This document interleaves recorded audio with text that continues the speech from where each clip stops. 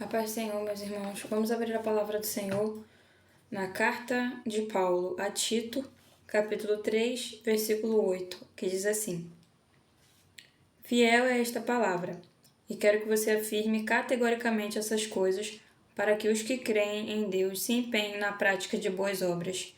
Tais coisas são excelentes e úteis aos homens. E em Tito 3, versículo 14, que diz assim: E quanto aos nossos, que aprendam também a se empenhar na prática de boas obras a favor dos necessitados, para não se tornarem infrutíferos. Por enquanto, somente até aqui, meus amados. Nessa carta de Paulo a Tito, no capítulo 3, versículo 8 e 14, Paulo ele fala a Tito aqui para que ele afirme, incentive, de forma categórica, de forma insistente e assertiva, para que ali aquela igreja que estava sendo conduzida, aquela igreja que tinha sido, aquela igreja que estava crescendo ali por meio do Evangelho de Cristo pregado por Paulo, e Paulo aqui ensinava a Tito para que ele viesse incentivar a esses que acabaram de ser novos na fé, a praticar as boas obras em favor dos necessitados, E o ponto importante aqui é quando Paulo diz assim, aprendam a se empenhar na prática de boas obras a favor dos necessitados, para que não se tornem infrutíferos,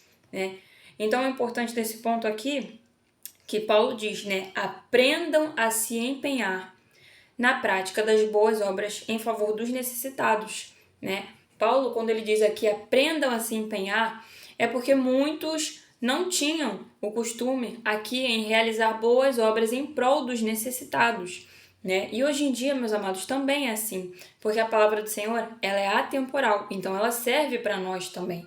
Essa palavra também serve para nós nos dias de hoje, E essa palavra também nos incentiva a nos empenhar para realizar a prática das boas obras em favor dos necessitados. Para quê? Para que nós não venhamos a nos tornar infrutíferos, Dando continuidade aqui, infrutífero, o que seria isso? Todo aquele que não dá fruto, E dando continuidade aqui, em Tito capítulo 2, versículo 14, Paulo vai dizer assim, que porque Jesus se entregou por nós, a fim de nos remir de toda a maldade e purificar para si mesmo um povo particularmente seu, dedicado à prática de boas obras.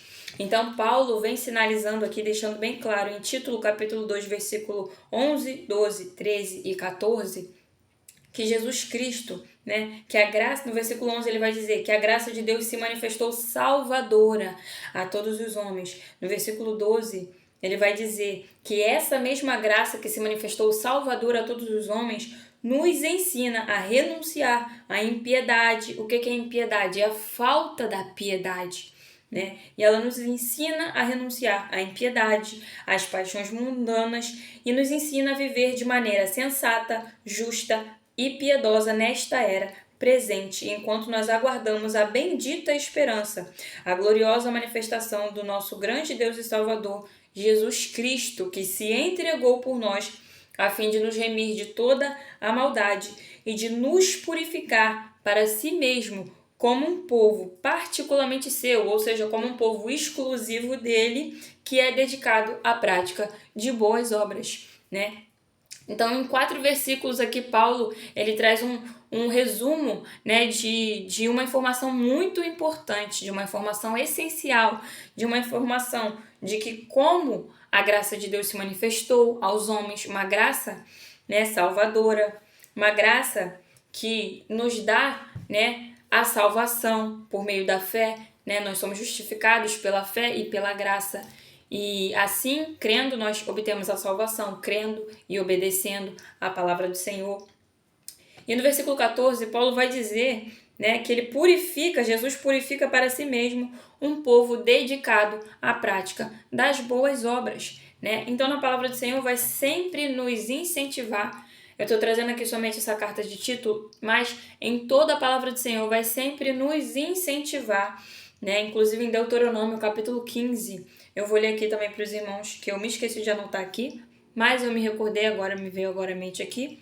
Em Deuteronômio capítulo 15 também, o Senhor ele não vai nem nos sugerir, nem nos incentivar, pelo contrário, ele vai nos dar uma ordem, né?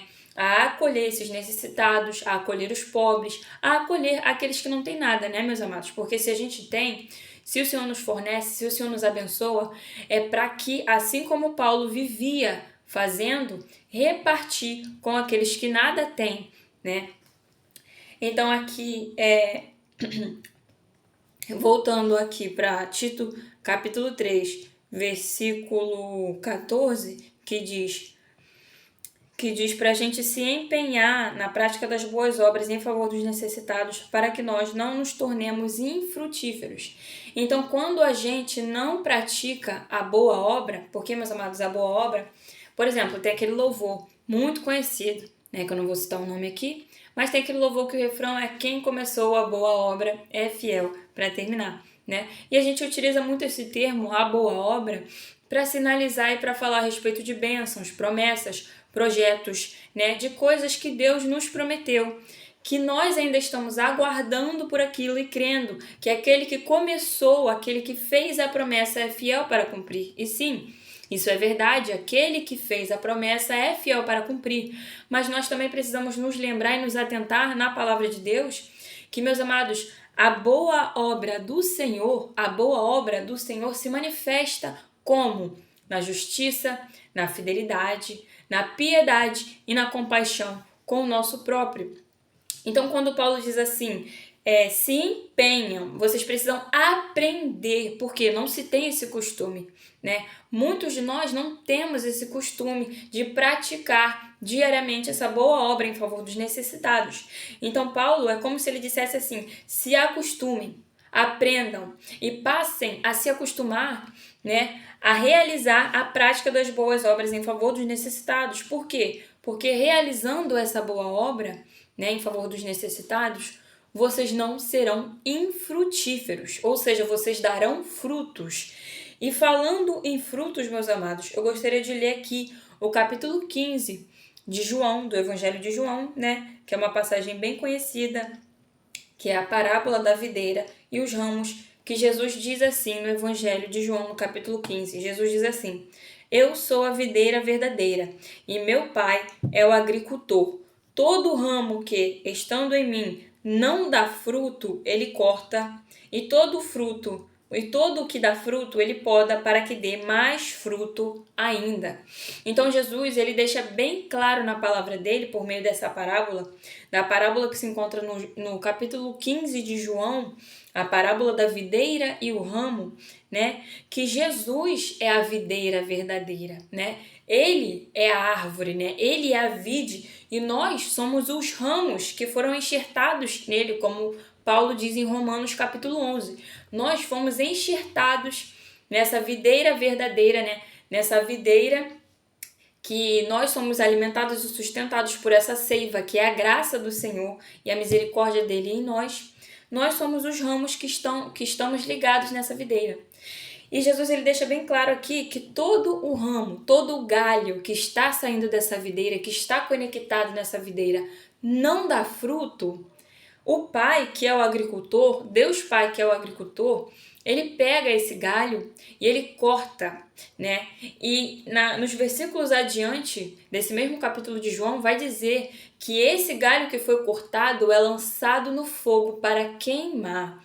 Tá? Então, todo galho que está na videira verdadeira, que está conectado em Jesus e não dá fruto, ele é cortado pelo Pai e lançado no fogo. Por quê? Porque é infrutífero.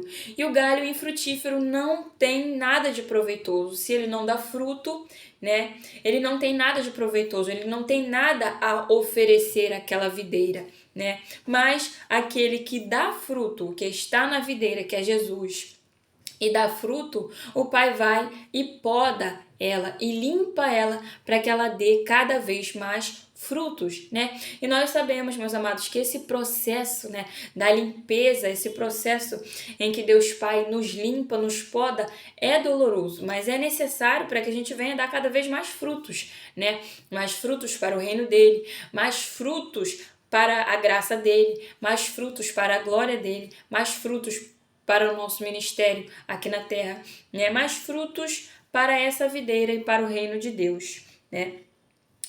E, meus amados, esse tema aqui, né, a respeito da prática das boas obras, é algo que Jesus, ele sempre trouxe nos evangelhos, né? Nos 4 evangelhos ele sempre falava isso. Inclusive em Mateus 23, ele vai condenar a hipocrisia dos fariseus, né? Eu vou ler já, só vou tentar localizar aqui em Deuteronômio 15, né? Como eu tinha falado aqui, em Deuteronômio 15, versículo 11, o Senhor vai dizer assim, ó: sempre haverá pobres na terra, portanto, eu ordeno a você que abra o coração para o seu irmão, tanto para o pobre como para o necessitado de sua terra. Então, em Deuteronômio 15, Deus ele não sugere, ele não nos incentiva, assim como Paulo está fazendo na carta a Tito, né? Na carta que Paulo escreveu a Tito, Paulo nos incentiva a aprender, a manifestar a prática das boas obras.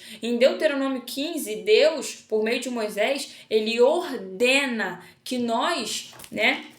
Ele ordena que nós venhamos a abrir o coração, a ajudar, a amparar, a consolar, né, os necessitados e os pobres. Como o Senhor fala aqui no início desse versículo, sempre haverá pobre na terra. E isso é um fato, meus amados. Sempre vai haver gente necessitada aqui na terra. Sempre haverá pessoas com fome, com sede, pessoas tristes, né? Porque quando a gente fala aqui de boa obra, tem muita gente que acha que boa obra é só gastar dinheiro, é só dar dinheiro. E não, meu amado e minha amada. Muitas vezes, praticar essa boa obra em favor dos necessitados é você dar um abraço, é você dar uma palavra, é você falar que o Senhor Jesus ama, né? Ou é você até mesmo compartilhar o alimento que você tem ali naquele momento, né? Em Atos dos Apóstolos, capítulo 4, acredito que eu não vou localizar aqui agora, mas em Atos dos Apóstolos, capítulo 4, vai dizer que os discípulos não consideravam unicamente seu tudo aquilo que eles tinham,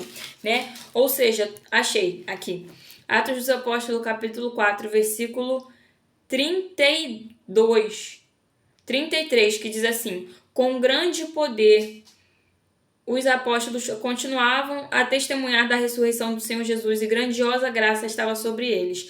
Não havia pessoas necessitadas entre eles, porque os que possuíam terras ou casas as vendiam e traziam o dinheiro da venda e os colocavam aos pés dos apóstolos, que distribuíam segundo a necessidade de cada um, né?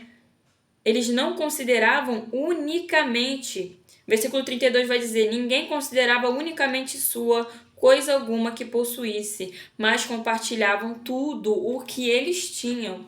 Então, em Atos dos Apóstolos, capítulo 4, a partir do versículo 32 ao versículo 37, né, vai dizer ali que os apóstolos da igreja primitiva, né, da igreja de Atos, daquela igreja, né, instaurada ali, que acabou de receber o poder do Espírito Santo de Deus, um dos maiores frutos deles eram a misericórdia e a compaixão para com os necessitados. Em Atos capítulo 4 vai dizer que não havia necessitado no meio deles. Por quê? Porque nessa época a sociedade e a economia era muito boa? Não, meus amados, porque pelo simples fato de que tudo o que eles tinham, eles repartiam com quem não tinha nada. Vamos supor um exemplo. Havia um apóstolo que tinha 2 casas. Ele pegava uma casa onde ele vivia e doava, né? Dividia aquela outra casa ali com quem não tinha nada. Ou vamos supor, né? Havia ali um homem que tinha 3 vinhedos, né? Que nessa época era a forma de sustento deles. Uvas e azeitonas, né? Ou trigo, ou jumentos, ou bois, né?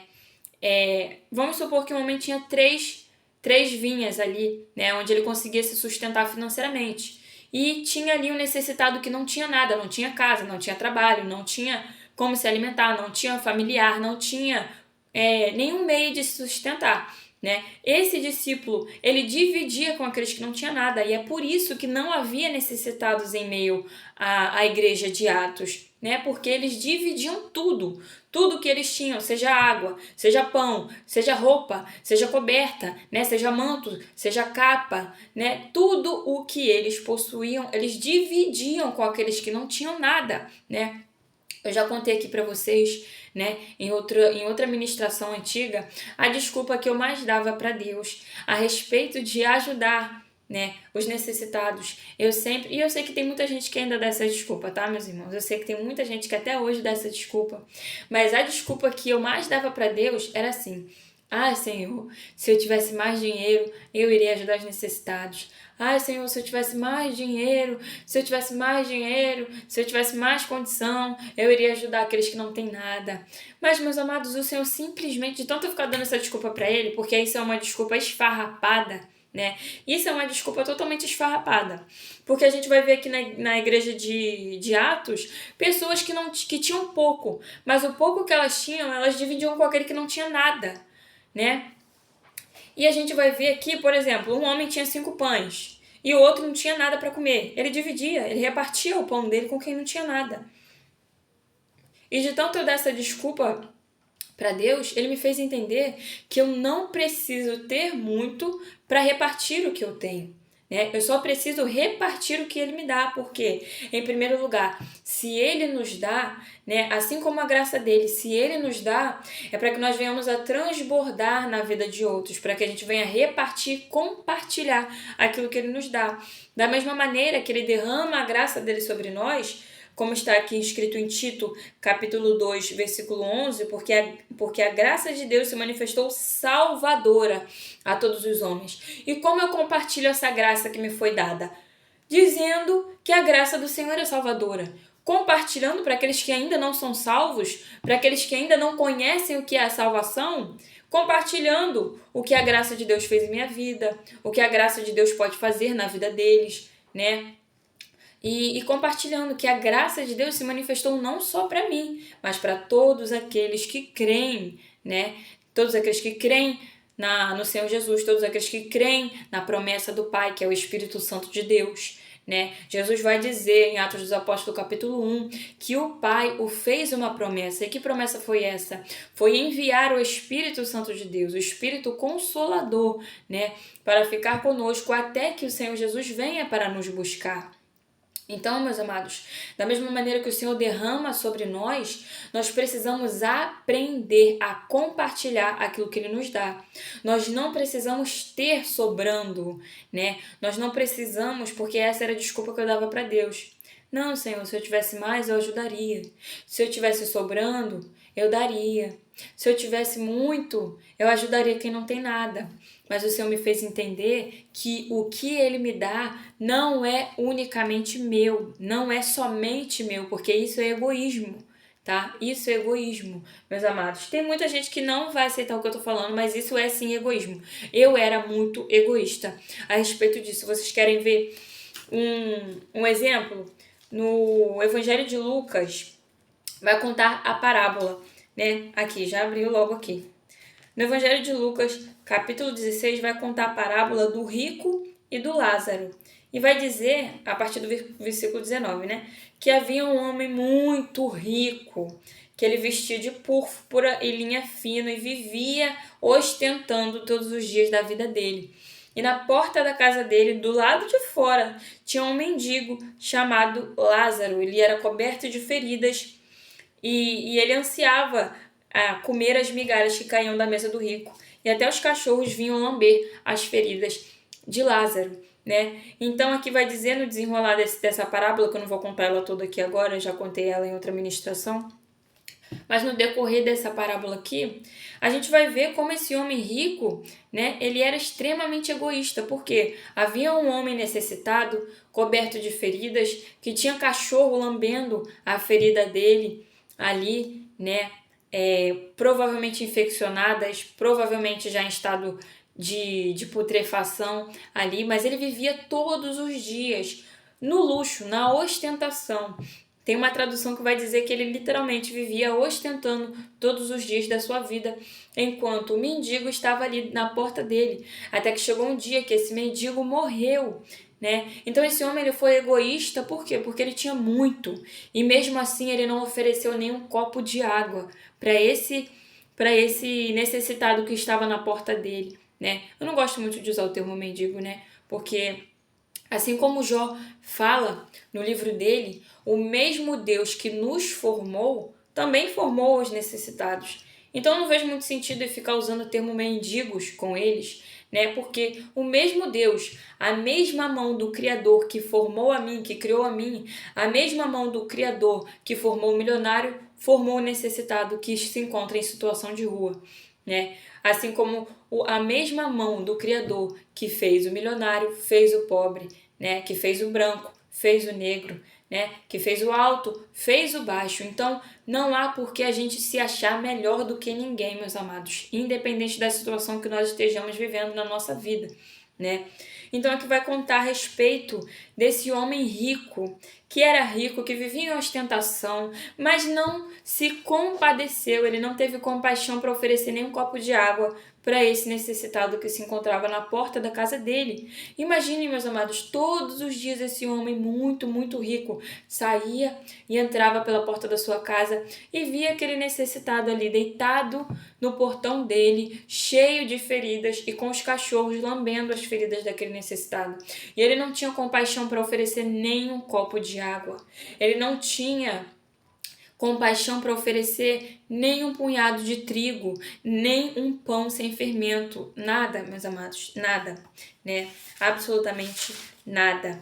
Então nós temos que deixar de lado essa desculpa, né, de eu não ajudo, eu não faço porque eu tenho pouco, tá? Porque saiba você, eu vou ler aqui em Mateus 6, que vai dizer assim, ó, que quando nós damos ao necessitado, quem nos recompensa é Deus.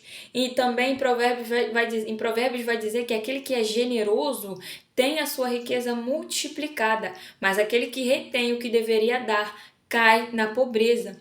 Então muitas vezes a gente cai em escassez, cai em pobreza, né? Você ganha dinheiro, mas não sabe onde foi parar esse dinheiro, parece que some e desaparece do nada, né? Na palavra de Deus, em Provérbios, está escrito que aquele que retém o que poderia dar cai na pobreza, tá? E quem dá com generosidade tem a sua riqueza multiplicada, tá?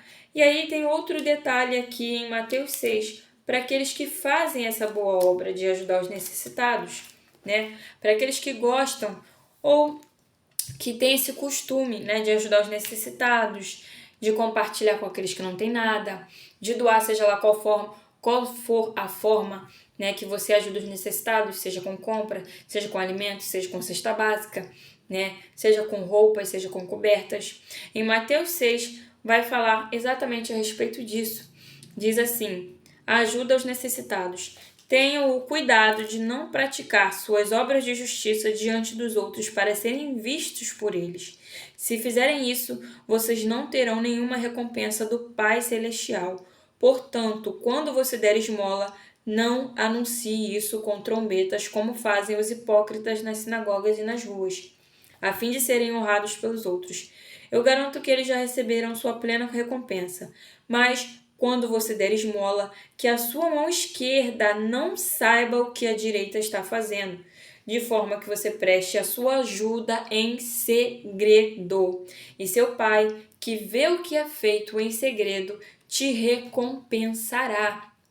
Então, meus amados, a gente não pode se esquecer também que aqui em Mateus 6, né, nos ensina como a gente deve praticar essa boa obra da ajuda aos necessitados, né? Por quê? Em Tito 3 vai dizer que todo aquele que pratica essa boa obra da ajuda aos necessitados é frutífero, produz bons frutos, né?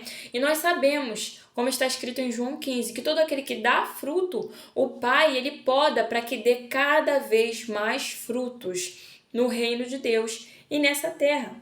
Só que em Mateus 6, o Senhor Jesus vai nos ensinar como nós devemos fazer essa boa obra, né? Tendo o cuidado de não sair anunciando, de não sair contando para todo mundo, de não sair contando aos quatro ventos, né? Porque, meus amados, hoje em dia a gente vive numa era tecnológica onde todo mundo, né, quer postar o que faz. E tem muitas pessoas que só ajudam o próximo para ganhar like, para ganhar visualização, né? Para ganhar apoio nas redes sociais. A gente sabe disso, meus amados. Tem muita gente que só grava, né? Entregando quentinhas, entregando cestas básicas para ganhar like, ganhar visualização, ganhar engajamento, para ficar bem nas redes sociais. E o Senhor Jesus, ele diz que isso é atitude de gente hipócrita, tá? O Senhor Jesus, ele diz que todo aquele que pratica essa boa obra de ajudar os necessitados e sai por aí contando para todo mundo e sai por aí anunciando a todo mundo é hipócrita. Então Jesus nos ensina a toda vez que você ajudar o necessitado, toda vez que você ajudar um pobre, uma pessoa que está passando necessidade, uma pessoa que não tem o que comer, não tem o que vestir, né? Seja lá dando um alimento, ou seja lá doando uma cesta básica, ou seja lá dando até mesmo um abraço, né? Porque tem muitas pessoas que muitas vezes só precisam de um abraço, meus amados. Tem pessoas que andam com a alma totalmente quebrada, com a alma despedaçada, com o coração despedaçado. Então, muitas das vezes, somente um abraço já vai restaurar por completo ali o coração daquela pessoa, tá? Então, Jesus nos diz para a gente ter o cuidado de não sair contando aos quatro ventos. Pelo contrário, ele diz, o que a sua mão direita fizer, a esquerda não precisa saber, tá? Então, é não falar nem para si próprio, sabe? Porque, meus amados, é assim que o ego entra no nosso coração, porque nós somos seres humanos. E assim como o pecado bateu a porta do coração de Caim, antes dele matar seu irmão Abel, o pecado bate diariamente no nosso coração, né? Como Deus disse para Caim, Caim, o pecado está à tua porta e bate e cabe a você contê-lo, né? Impedi-lo, cabe a você. Então cabe a nós, né? Ter essa vigilância, ter esse cuidado para que o ego e o orgulho não entrem no nosso coração. Porque o ego, meus amados, muitas vezes entra no nosso coração assim. Muitas das vezes vai ser necessário a gente não falar nem para nós mesmos que nós ajudamos alguém, né? Porque o ego entra da seguinte maneira. Vamos supor que eu ajudei uma pessoa que estava ali, ajudei uma família que estava em necessidade. E eu começo a falar para mim mesma, nossa, eu ajudei uma família que estava em necessidade. Nossa, eu sou muito boa. Nossa, olha, o que eu fiz é maravilhoso. Meus amados, só o fato de eu falar para mim mesma o que eu fiz já me dá brecha para que o ego adentre no meu coração, para que a arrogância adentre no meu coração. Porque, como está na palavra do Senhor, um abismo chama outro abismo. Então, o que a tua mão direita fizer, a esquerda não precisa saber. Nem mesmo você precisa saber quem você ajudou, quanto você gastou, sabe? Não fique se vangloriando por esses atos, porque Jesus, ele nos diz para fazer isso como uma obrigação e não como um favor, né? Como está em Atos dos Apóstolos, capítulo 4. Aqueles apóstolos, os discípulos que estavam ali na igreja de Atos, eles não consideravam unicamente seu aquilo que eles tinham. Eles trabalhavam pelo seu salário, eles trabalhavam pela sua porção, mas eles não consideravam unicamente deles, né? Eles faziam o quê? Eu trabalhei por isso, eu recebi o meu salário, a minha porção, mas eu estou vendo aqui o meu irmão necessitado que não tem o que vestir, não tem o que comer, não tem o que beber. Eu vou pegar aquilo que eu recebi e vou dividir com aquele que não tem nada, tá? Então, que nós possamos aprender, né, a ser assim. E para finalizar, eu gostaria de ler Mateus, versículo 23, que é versículo 23, versículo 23 também. Jesus, nessa passagem aqui de Mateus 23, ele está condenando a hipocrisia dos fariseus e dos mestres da lei.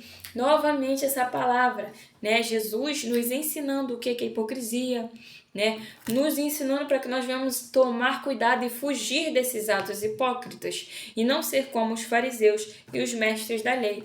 Então Jesus diz assim, no versículo 23 de Mateus 23, ai de vocês, mestres da lei e fariseus hipócritas, vocês dão dízimo da hortelã, do endro e do cominho, mas têm negligenciado os preceitos mais importantes da lei, a justiça, a misericórdia e a fidelidade. Vocês devem praticar essas coisas sem omitir aquelas. O que Jesus quis dizer com esse versículo 23, né, dizendo ai deles, porque eles são hipócritas, dando o dízimo da hortelã, do endro e do cominho, mas não praticam, né, a misericórdia, a justiça e a fidelidade. Né? Jesus quis dizer, meus amados, aqui, que esses fariseus, esses mestres da lei, eles separavam o dízimo do mínimo até do mínimo que eles tinham, né? Das graminhas mais pequenininhas, do coentro, do cominho, né? Que são temperos, são condimentos ali, até dos temperos eles separavam o dízimo, né? E isso é outra coisa que a gente deve se atentar. Por quê? Porque durante muitos anos, e eu sei que tem muita gente que é assim, durante muitos anos, meus amados, eu pensava, né, que era o suficiente separar o dízimo do Senhor, já é o suficiente, não preciso ajudar ninguém. Por quê? Porque eu já estou separando o dízimo do Senhor, mas, meu amado e minha amada, o dízimo do Senhor é uma obrigação, né? Assim como ajudar os necessitados também é uma obrigação nossa, tá? Para quê? Para que a gente não seja infrutífero, tá? Isso é muito sério. Isso é muito sério. Eu vou ler de novo aqui João 15, porque por mais que eu esteja falando de forma mansa, meus amados, hoje, né? Isso é muito sério. Jesus vai dizer em João 15, eu sou a videira verdadeira e meu pai é o agricultor. Todo ramo que estando em mim não dá fruto, ele corta. Ele corta e faz o quê? Lança no fogo. Então, se a gente diz estar em Jesus, se a gente está como os fariseus aqui, que separam o dízimo do mínimo, do mínimo, do mínimo, sabe? Aquele dízimo, a pessoa ganha 20 reais, separa 2 reais. A pessoa ganha 1 real, né? Adquire ali 1 real, separa 10 centavos do dízimo. É basicamente isso que Jesus estava dizendo aqui, que esses fariseus faziam, né? Eles separavam o dízimo do mínimo, mas não eram misericordiosos, não eram fiéis, né? Não tinham senso de justiça, né? Eles rejeitavam e oprimiam os necessitados, eles rejeitavam e oprimiam os pobres, os mancos, os aleijados, os leprosos, sabe? As pessoas enfermas, os cegos. Então eles não tinham misericórdia nenhuma, não tinham compaixão nenhuma. E por muitos anos, meus amados, eu achei ser o suficiente somente separar o dízimo do Senhor. Mas o Senhor me mostrou, me fez enxergar, e graças a Deus por isso, que isso não é o suficiente. Por quê? Porque Jesus veio para nos ensinar que os preceitos mais importantes da palavra do Senhor são o quê? A justiça, a misericórdia e a fidelidade. E ele vai dizer também, vocês devem praticar essas coisas sem omitir aquelas. Ou seja, a gente deve separar o dízimo de tudo que a gente recebe para o Senhor e as primícias ao Senhor também? Sim, porque isso é uma forma de gratidão e de fidelidade por tudo o que o Senhor tem feito a nós. Nós só estamos devolvendo aquilo que é dele por direito, né? Mas nós também precisamos ajudar aqueles que não têm nada, meus amados. Mesmo que você não tenha recurso financeiro, às vezes você tem um casaco sobrando aí para uma pessoa que está passando necessidade e não tem com o que se cobrir. Às vezes você tem uma coberta aí sobrando na sua casa que não é usada há muito tempo, enquanto tem alguém morrendo de frio, sabe? Mas, meus amados, muitas vezes até mesmo um copo de água. A água todo mundo tem. A água todo mundo tem, né? Então é a gente repartir o que a gente tem, o que Deus nos dá. Porque na palavra do Senhor vai dizer que não há nada, que o homem não tem nada que não tenha sido dado por Deus. Então, meus amados, tudo o que a gente tem, tudo, absolutamente tudo o que a gente tem, foi Deus que nos deu.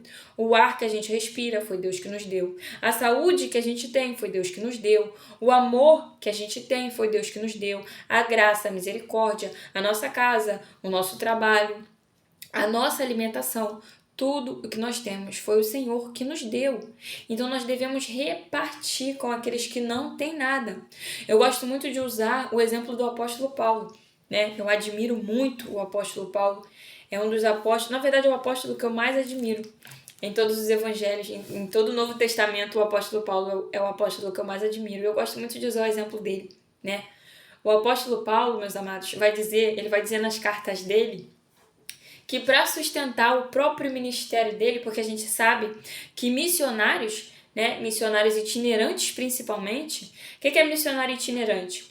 São missionários que não são de igrejas locais somente. Eles viajam de país em país para fazer as missões, a obra de Deus, ou de estado em estado, depende. Existem missionários itinerantes nacionais que são dentro do Brasil, e internacionais, que vão para fora do Brasil, né? Um exemplo, missionários que vão para a África, missionários que vão para Cisjordânia, missionários que vão para o Iêmen, missionários que vão para a Itália, para a Grécia, né? Para o Afeganistão, para o Cazaquistão, enfim, para o Uzbequistão, para vários outros países, esses países que a gente sabe que o evangelho é muito rejeitado e perseguido lá. Então Paulo, ele era um missionário itinerante, ele era apóstolo e missionário itinerante, pregador dos gentios, né? O foco do ministério de Paulo eram os gentios, eram aqueles que não eram do povo judeu, eram aqueles que foram alcançados pela graça, né? Pela graça do Senhor. E hoje em dia nós consideramos gentios aqueles que não conhecem ao Senhor Jesus e aqueles que não se entregaram ou não creem nele ainda, né? Então eu gosto de usar muito o exemplo de Paulo. Por quê? Paulo tinha um ministério itinerante, ou seja, ele vivia viajando sempre para fazer a obra de Deus, né? E ele foi para incontáveis lugares, incontáveis lugares. Em Atos dos Apóstolos vai dizer pelo menos em mais de 11 lugares que ele foi, né? Ele foi para Éfeso, ele foi para Antioquia, né? Ele foi para muitos lugares, meus amados, para muitos lugares. Ele foi para Chipre, ele foi para Seleucia, ele foi para Pisídia, ele foi para Icônio, ele foi para Derbe, ele foi para Jerusalém, né? Ele foi para Filipos, para Bereia, para Atena, para Tessalônica, para Corinto, enfim. Paulo viajou o ministério dele e, por último, para Roma, né? Paulo viajou para muitos e muitos lugares. Apesar da carta de Romanos estar organizada como a primeira carta aqui na palavra do Senhor do apóstolo Paulo, mas Roma foi o último lugar que Paulo foi antes de ser derramado como oferta agradável diante do Senhor, como ele mesmo disse, né? Pois eu já estou prestes a ser derramado como oferta agradável diante do Senhor. Então Paulo, por ter esse ministério itinerante, ele precisava de recursos financeiros, né, para se alimentar, para passar o inverno, porque o inverno era rigorosíssimo, né? Era um inverno realmente muito frio. Então Paulo precisava de recurso financeiro para se alimentar, para se vestir, para pagar uma moradia. Em Romanos capítulo 8 vai dizer que Paulo morou de aluguel durante 2 anos e ele precisou de recurso financeiro para pagar esse aluguel, né? E como é que Paulo fazia tudo isso se ele era um missionário? E muitos missionários hoje em dia dedicam totalmente a vida deles para a obra do Senhor, o que não está errado. Se Deus te pediu para dedicar a tua vida completamente à obra dele, faça isso. E Paulo fez isso, né? Só que Paulo trabalhava. Então Paulo ele tinha um ministério itinerante, de missões itinerantes, onde ele ia para vários e vários lugares, né? Ensinar sobre a palavra de Deus, contar o testemunho dele, ensinar acerca de Jesus, da ressurreição, da salvação, da graça, de tudo o que aquele povo ali precisava saber. E durante esse tempo, né, vai dizer que ele ficava em torno de 2 a 3 anos ali em cada localidade ali para ensinar, porque era muita gente. E os ensinos de Paulo são muito ricos, né? E eram ensinos muito grandes. Vai dizer ali que Paulo passava mais de 6 horas pregando direto, sem pausa. Então Paulo, ele passava mais de 6 horas pregando, ensinando ali aquele povo daquele local. Em Éfeso vai dizer que houve um prejuízo de mais de 30.000 dracmas, né? Que aqueles que praticavam ocultismo e feitiçaria queimaram os seus livros quando Paulo pregou em Éfeso, e muitas outras coisas que o Espírito Santo deu graça e poder para que Paulo fizesse. Então Paulo vai dizer que ele trabalhou para o seu próprio sustento, ou seja, para ter como se vestir, se alimentar, pagar uma moradia. E Paulo também vai dizer que trabalhou para o seu próprio sustento, para o sustento da obra do ministério. E terceiro, e não menos importante, que é o que eu mais gosto nas cartas de Paulo, para ajudar os necessitados, para repartir com aqueles que não tinham nada. Paulo vai dizer, né, e outro detalhe também que Paulo vai deixar bem claro, é que ele trabalhava, né, para que depois aquela igreja em que ele estava atuando itineramente, né, de forma itinerária no ministério dele, itinerante, perdão, não viesse a jogar na face dele um certo sustento, né? Então Paulo ele também vai dizer, vai explicar isso bem grande, que o apóstolo ele pode sim, ele vai deixar bem claro que ele era digno de receber os donativos ali, mas que ele preferia trabalhar por conta própria para depois o povo ali não enchesse a boca contra ele, falando que eles que estavam sustentando Paulo. E Paulo não queria isso. Então Paulo ele passou a trabalhar para sustentar a si próprio, para sustentar o ministério dele, né? E para ajudar os necessitados, para repartir com aqueles que não tinham nada. E isso, meus amados, é extraordinário. Isso é simplesmente extraordinário. Por quê? Em todo o Novo Testamento, né, a gente vai ver que aquele que mais trabalhou, aquele que mais realizou obras, assim, o discípulo, o apóstolo, foi Paulo. Paulo trabalhava incessantemente, né? Paulo, ele trabalhava de dia, ele pregava de dia, era espancado, à noite era lançado no cárcere. E à noite, enquanto ele estava lançado em cárcere, ele louvava, cantava hinos, orava e adorava ao Senhor. Para no dia seguinte pregar de novo na praça, ser espancado novamente, ser lançado na prisão para louvar, adorar e orar ao Senhor. E assim, Paulo, ele passou por muita coisa, meus amados. Paulo vai dizer que ele tomou 38 chicotadas, né? Ele passou fome, passou frio, né? A cobra picou ele, ficaram esperando na ilha de Malta, ficaram esperando ele inchar e morrer com o veneno da cobra, mas nada aconteceu com ele. Uma serpente venenosa tinha picado ele e muitas coisas que nós sabemos que Paulo passou pelo Evangelho de Cristo, pela obra do Senhor.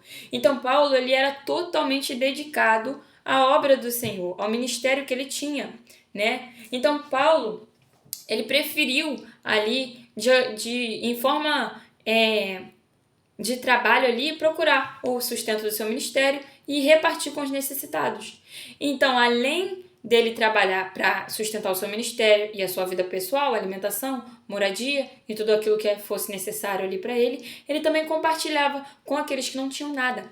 É claro que Paulo também recebia muitas doações, muitos donativos, né? Eles enviavam por meio de Filemão, por meio de Tito, por meio de Timóteo, por meio de Onésimo, né? As igrejas enviavam ali os donativos para a obra do Senhor, mas não era para o sustento de Paulo, era para a obra mesmo que ele tinha. Porque como Paulo passou por muitos lugares, muitas igrejas foram constituídas ali, né? Então, para a obra do Senhor era necessário ali mais recursos financeiros. E Paulo não utilizou o fato dele ser um missionário itinerante, com muita obra para fazer, com muito trabalho para realizar, com muitas almas para ensinar, para educar espiritualmente, para edificar, para alimentar, né? Ele constituiu ali presbíteros, bispos, apóstolos, diáconos, diaconisas, né? Priscila e Áquila e entre muitos outros ali que ele constituiu ali, né, para que viesse a cuidar da igreja de Cristo, porque ele precisava passar para o próximo lugar para continuar fazendo a obra do Senhor, mas ele não usou como desculpa o fato dele ter um ministério itinerante muito grande, com muitas almas para alimentar, com muitas pessoas para supervisionar, para conduzir, para dirigir, para pastorear, para apacentar. Ele não usou isso como desculpa para não ajudar o necessitado, né? Para não ajudar aquele que não tinha nada. Então Paulo vai dizer que ele compartilhava, ele trabalhava para o seu próprio sustento, para o sustento do ministério dele e para repartir com aqueles que nada tinham. Então, meus amados, a gente vê aqui o quão importante isso é, compartilhar aquilo que a gente tem, né? Praticar essas boas obras em favor dos necessitados. Por quê? Porque nós frutificamos. Quando a gente pratica essa boa obra de ajudar os necessitados, nós damos frutos, né? E nós, meus amados, não podemos permanecer na videira verdadeira que é Cristo sem dar frutos, tá? Porque todo aquele que está em Cristo não dá frutos, é cortado, tá? O Pai, que é o agricultor, ele corta e lança no fogo. É só ler lá, tá? João capítulo 15, que você vai entender o que eu tô falando. Só pedir para o Espírito Santo te dar um entendimento e o discernimento dessa parábola que você vai conseguir entender. Então, meus amados, que nós venhamos, né? Se você tem dificuldade aí de sentir compaixão, piedade pelo próximo, né? Não te julgo, não te condeno, até porque Paulo fala aqui, aprendam. Então, a gente não nasce, principalmente na sociedade brasileira. A gente não nasce sendo ensinado, a gente não cresce sendo ensinados a dividir aquilo que a gente tem com quem não tem nada. Pelo contrário, o povo brasileiro é extremamente individualista. O povo brasileiro, a nação brasileira, assim como um todo, sem generalizar, mas estou falando da cultura brasileira. A cultura brasileira em si, ela é muito individualista, ela é muito egoísta, Desde pequena a gente cresce já numa sociedade onde as pessoas não querem dividir, não querem repartir, não se importam com o próximo, não tem empatia, não tem compaixão, não tem piedade, A gente vive, a cultura brasileira também é muito naquela questão do mérito, Eu mereço, é meu, eu mereço, é meu, eu mereço, eu fiz por merecer, então é meu, Fulano não fez por merecer, então não vou dar nada para ele, Então, isso já está enraizado na cultura brasileira e desde pequeno a gente já cresce ouvindo essas ideias, sendo ensinada dessa forma, infelizmente. Então, Paulo nos diz aqui, aprendam. Então, é necessário a gente aprender a praticar essa boa obra de compartilhar com os necessitados, tá? No início é difícil, mas é só pedir para o Senhor Jesus te ajudar, te dar um coração generoso, sabe? Te dar um coração generoso, pronto a repartir o que você tem, pronto a compartilhar aquilo que Ele te dá, tá? Porque como está escrito em Provérbios, mas não dá com interesse não, tá, meus amados? Não dá querendo receber nada em troca não. Pelo amor de Deus, não faça isso não. Que aí vai ser a mesma coisa que nada. Você vai estar ajudando sim a pessoa que está precisando, mas Deus é aquele que sonda e conhece as intenções dos corações. Então não adianta você fazer esperando alguma coisa em troca.